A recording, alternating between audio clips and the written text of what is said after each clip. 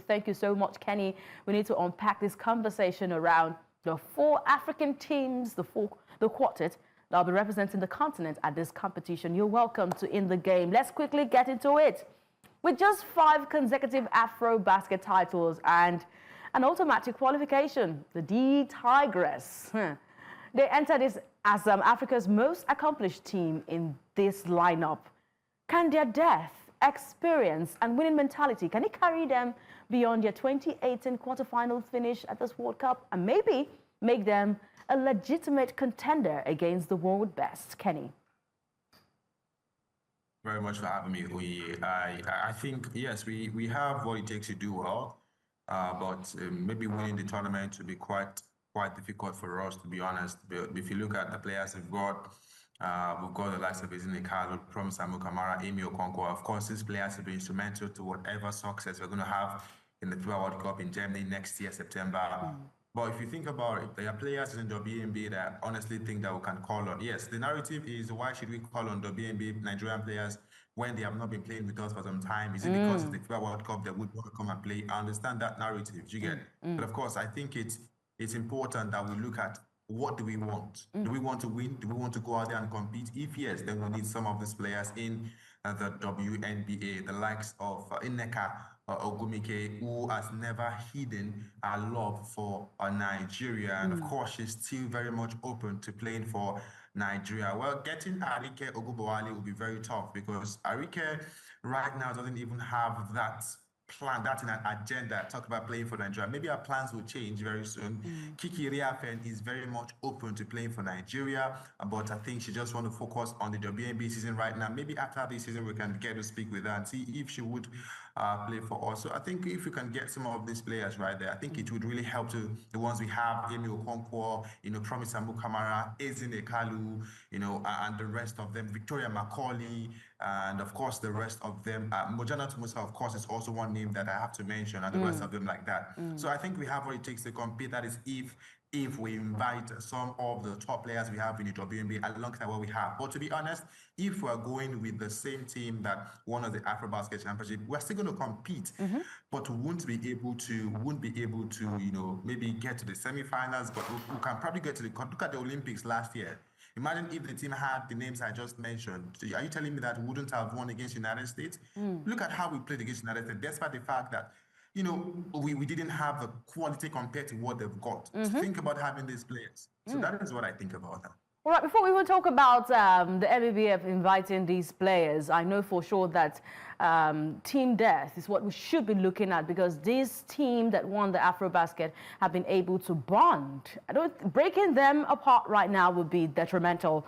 But Kenny, how does Nigeria's current path to the 2026 FIBA Women's Basketball World Cup, how does it reflect lessons from their 2022 government-imposed withdrawal? We know what happened in 2022. They had to write a letter to the president of Nigeria of blessed memory, that's Muhammadu Buhari. Does it signal a stronger or more stable showing this time around? Because those girls I see, they've got grit. Is it going to signal something stronger if they go into this qualifiers on the global scene? Yeah, it's going to signal something stronger. I remember the last FIBA World Cup, we qualified. I remember that game we played against France. We won against France. France is a big name when it comes to, women's basketball. We won against them when the likes of Odera Chidom was on the team. Victoria Macaulay was also in that game. Amy Okonkwo, I think she was also in that game too. We won against France, despite the fact that many people did not give us the chance. We qualified, but due to the whole political issues in the Basketball Federation, we couldn't participate because FIBA banned us, and the girls were so pained that time. But now, fast forward, maybe things are a little bit different now. I believe that they wouldn't want to, ruin another chance of participating in the FIBA World Cup now that we have qualified. And the good thing is, we're not going to be playing in the qualifiers because some teams will be playing in the qualifiers. Yes, we've got an automatic ticket. Yes, automatic ticket. We, alongside Germany, Belgium, we've already qualified automatically to the Women's World Cup next year, September. So I think we would want to go all out, believing that we can beat anybody. We won against Canada in the Olympics. I think we also won against Australia too in the Olympics. So what are we talking about? If we can beat these two countries, we can beat anybody in the world when it comes to basketball. But again, if we're able to prepare well, we need early preparations. We can say that the team did not, have any major training session before the AfroBasket and they won it. It doesn't make it right. Okay. It doesn't make it right. We have to ensure that, the girls are well prepared. They're given what they need to actually put them in the best shape for the Women's World Cup right there. We have what it takes to compete, to be honest, because most of us don't know the pool of talents we've got when it comes to world basketball. I mean, Nigerians across the world. So if we're able to make use of this talent so well, we have what it takes to go all out. I don't want to say to win. A semi-final or finals wouldn't be a bad one if you ask me. Okay, I'm ready to put my money on these girls because they would always turn up. They always show Watkins, as they say. So I'm putting my money on the D Tigresses. Let's talk about all the African teams. Yes, we've got Mali, Senegal, and South Sudan from nowhere. There's something brewing in South Sudan because their male and female team are looking good at the moment. But let's face Mali. Now, using that momentum from the 2025 AfroBasket and their runners-up finish, can Mali return? Kenny, can they return to the World Cup since 2010?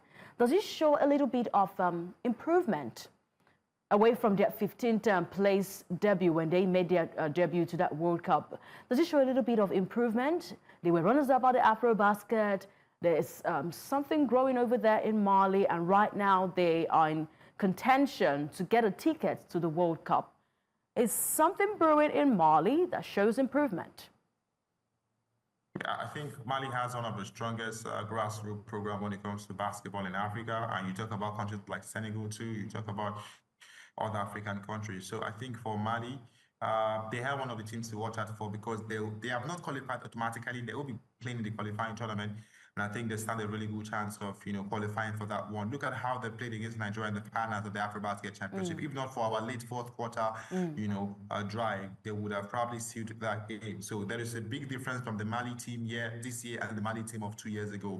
I remember the last time they were at the FIBA World Cup, I think 2 years ago, it wasn't a good outing for them. In fact, they had off the court issues that really affected how they played. Yes. They even took Nigerian sports in that particular competition. It was meant to be Nigeria, but it was impromptu. Was giving that because we weren't ready right here in Nigeria. So I think Mali any day, anytime they would cause problems. I'd like to see them qualify. And for South Sudan, like you mentioned, they have a seasoned coach in Alberto Antuna, one man who understands African basketball so well. He is the former coach of Senegal, and of course, he's also got stints in Luxembourg. It's quite experienced. So I think for South Sudan, they have that upper hand. And what Deng is doing in South Sudan for basketball is just what it is.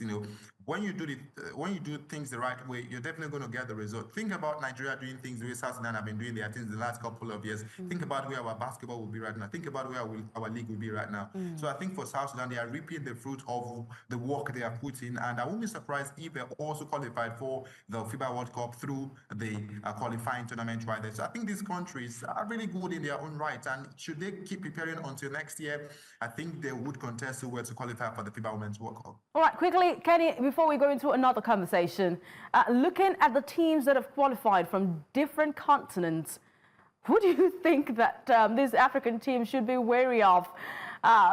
Because we have some strong sides that have qualified for this World Cup. I'm hoping that I can see it. Oh, yes. Thank you very much.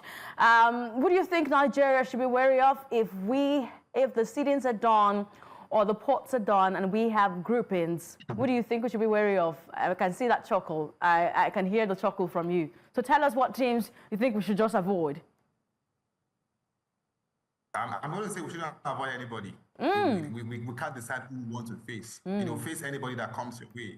That's the Nigerian spirit. We ain't scared. So, but I think looking at some teams that will probably give us big problems.